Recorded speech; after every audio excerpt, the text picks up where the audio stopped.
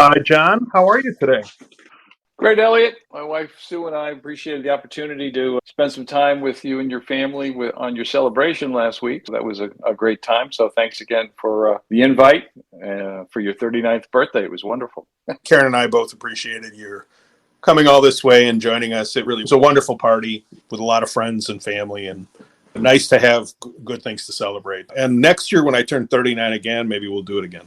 There you go. A very active week as we are recording. The FATF June plenary is underway. And those of you that follow and understand the process there, at the end of the week, there'll be a press conference in which this year it's the outgoing president, Kumar. He's the president of Singapore. His 2-year term is up. We'll have a press conference where they will talk about the plenary outcomes, what sort of reports are still in the pipeline, and those types of things. So we will definitely cover those issues next week, but I did want to mention that. And since we're talking about FATF, one of the things that we've seen in terms of the mutual evaluation process, which is key to making FATF both relevant and efficient, right? So when they make decisions on formal critiques after the evaluation process, in some cases, countries get put on what they call the gray list, which means there's a series of deficiencies, obviously, that need improvement. And so that's clearly outside of getting suspended like the Russians have been before their attacks in Ukraine. That's the worst possible outcome, is to be on the gray list. So earlier this year, I believe at the February plenary, it was announced, or at least at some point between then and now, that UAE was going to get off the gray list. Interestingly enough, we talked about this, and I actually did a podcast with several of the reporters from the OCCRP, the Organized Crime and Corruption Reporting Project. They did their major project on Dubai Unlocked, and obviously showed a whole series of gaps there. So they just posted a interview that they did with the outgoing FATF president, and in part based on OCCRP's great work, they announced the following. They said that when FATF took UAE off the gray list, they now will review the findings from the recent investigation by the project and their media partners, which we've talked about, which revealed convicted criminals, fugitives, and sanctioned individuals own property in Dubai. So those things will all be reconsidered according to the interview that they did with the outgoing president. So I think a great point here is investigative journalism is always impactful, but in this case, a direct result. Whether they put them back on the gray list obviously remains to be seen. But some of the quotes from others were, the removal of UAE from the gray list appears perplexing, given the reported evidence. So it'll be interesting to see how this turns out. But I did want to mention that, and more of the discussion that I just referenced is on the OCCRP website, and these were posted on June 25th of this week. I'm not surprised, and I fully agree with your last comment, which is the importance of investigative journalism, and this is a great example of where you see a direct impact. I think we all need to continue to pay attention to investigative journalism and support its availability. Couple other things, and then I'll hand it off to you. The Treasury Department this week, through OFAC, is sanctioning 50 entities and individuals that, according to the note, constitute multiple branches of a sprawling, quote, shadow banking, unquote, network used by both the Iran's Ministry of Defense and Armed Forces, Logistics, and the Islamic Revolutionary Guard Corps. And that was utilized by them to gain illicit access to the international financial system and process billions of dollars since 2020. So these were Iranian exchange houses and foreign cover companies under the control of the Ministry of Defense. And according to the Treasury, the U.S. is taking action against this vast shadow banking system because they've laundered billions of dollars of oil proceeds and illicit revenue. So that's also available, the information there, the names, the description, how they characterize shadow banking on both the Treasury and OFAC's website. I saw that it's an extensive issuance, including a diagram to show the flow of dummy invoices and payments about the dummy invoices, and then the movement of the funds from the payments through the cover companies and the bank accounts that they hold. And based on what we just talked about before, these cover companies registered in Hong Kong and UAE. Some more gaps there. Yeah, exactly. One thing that I saw this week, John, was the EU has adopted its 14th sanctions package against Russia related to its invasion of Ukraine. And this one heavily focuses on liquefied natural gas, which is a product that before the beginning of the war, Western Europe imported a lot of LNG from Russia. They have been weaning themselves away from it, but now in an effort to be sure that Russia is not gaining hard currency revenue. There are other things in it, but there's a lot of focus on the LNG, both on the itself, but also on the projects related to moving the LNG from where it's produced to where it gets used. So gas pipelines and the like. Worth paying attention to. And again, while this is an EU-focused sanctions regime, to the extent that any of our listeners are banking companies that might be involved in these projects or supplying equipment or components, they should be paying attention to that too, because these are quite extensive. In the human trafficking space, I know you want to talk a bit, and I'll add some points to the Trafficking Persons Report that was just issued by the State Department. But relevant to this as well, as we go to record today, there's been some interviews this morning on cable from DHS Director Mayorkas. DHS has identified over 400 migrants brought to the U.S. by ISIS-affiliated human smuggling networks. They've arrested 150, but the whereabouts of a number, including a little bit over 50, remain unknown. So I don't have more information than that right now, but I know Mayorkas has been on a variety of the media outlets today talking about this and what DHS is doing, being as transparent as possible. But this is clearly yet another problem in the human smuggling space. But in the Trafficking Persons Report, again, just issued yesterday as we go to record this, what were some of the key things that jumped out at you on that in that report? This is an annual report issued by the U.S. State Department. It's a global view. It includes, and I know you're going to talk about this in a minute, a 4-tier ranking process about how countries around the globe are doing in terms of complying with the U.S. laws related to trafficking in persons.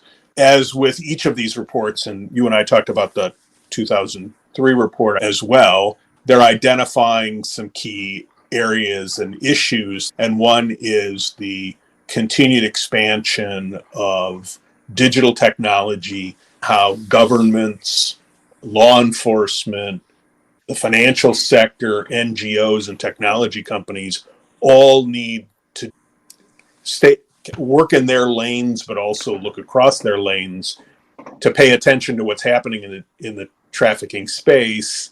And they talk about all the different types of trafficking, of course. One that caught my attention is there's a piece in the report about the continued expansion of trafficking for organ removal. So these are people who are trafficked for the purpose of removing vital organs, which are very valuable on the secondary market. In some countries, that's the only market in which you can get an organ for transplant. In other countries, people who have sat on waiting lists in registries for many months or years sometimes resort to the secondary market. So that was one that I'm not quite sure how we all identify those transactions, but to be aware of. They also talked about the fact that there are now 13 countries that they identify as having government involvement in labor trafficking. And I'll read the list: Afghanistan, Belarus, Burma or Myanmar, the People's Republic of China, Cuba, Eritrea, North Korea, Russia, South Sudan, Syria, and Turkmenistan.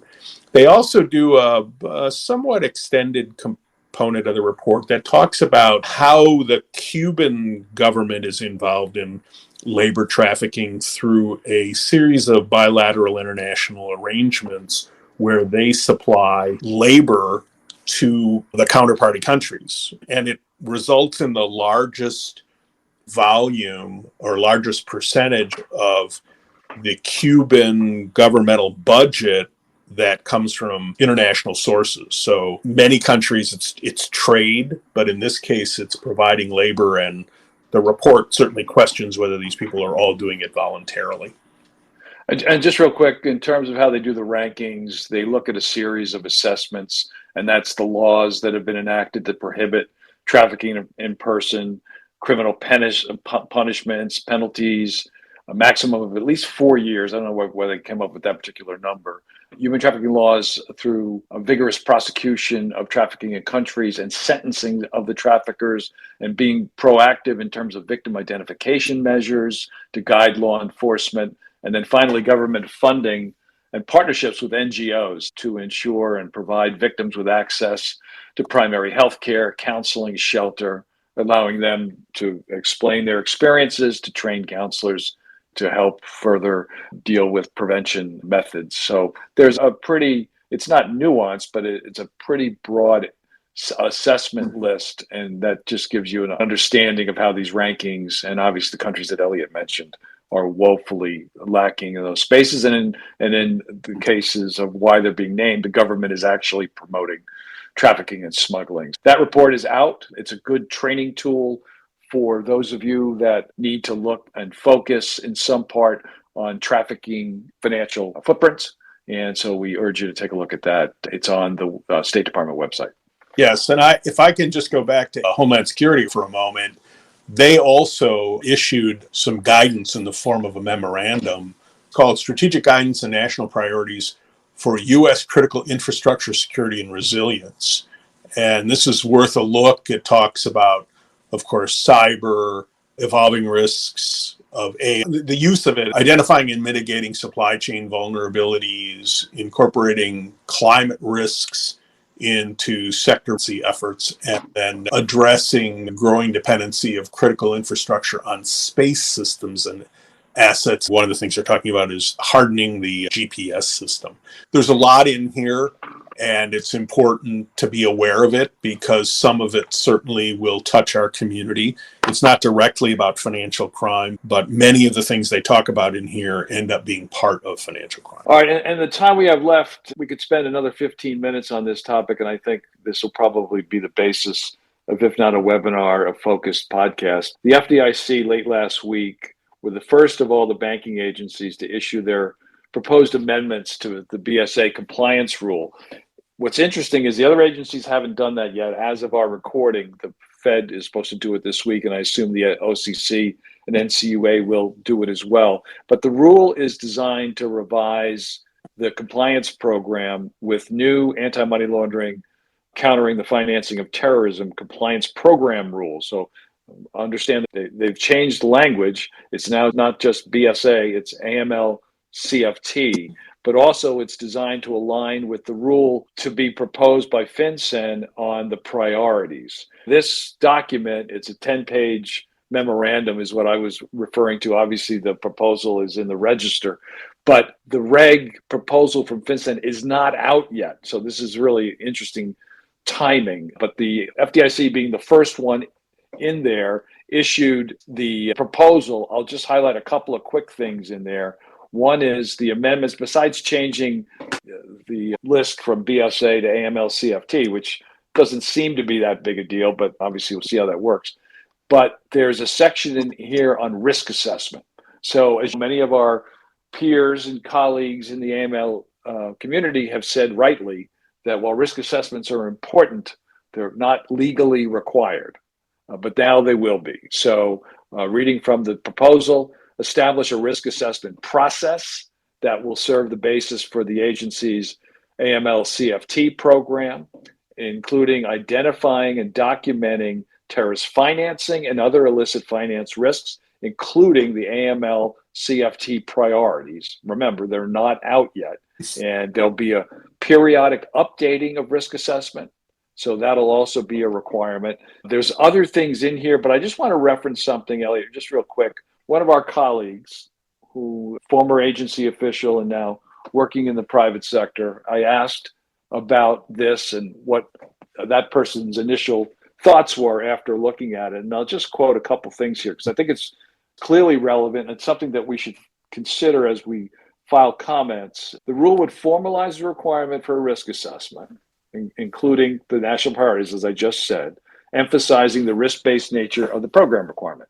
But again, quoting from the comment, as we've discussed many times, this person doesn't see how this could be interpreted as anything but additive to existing requirements.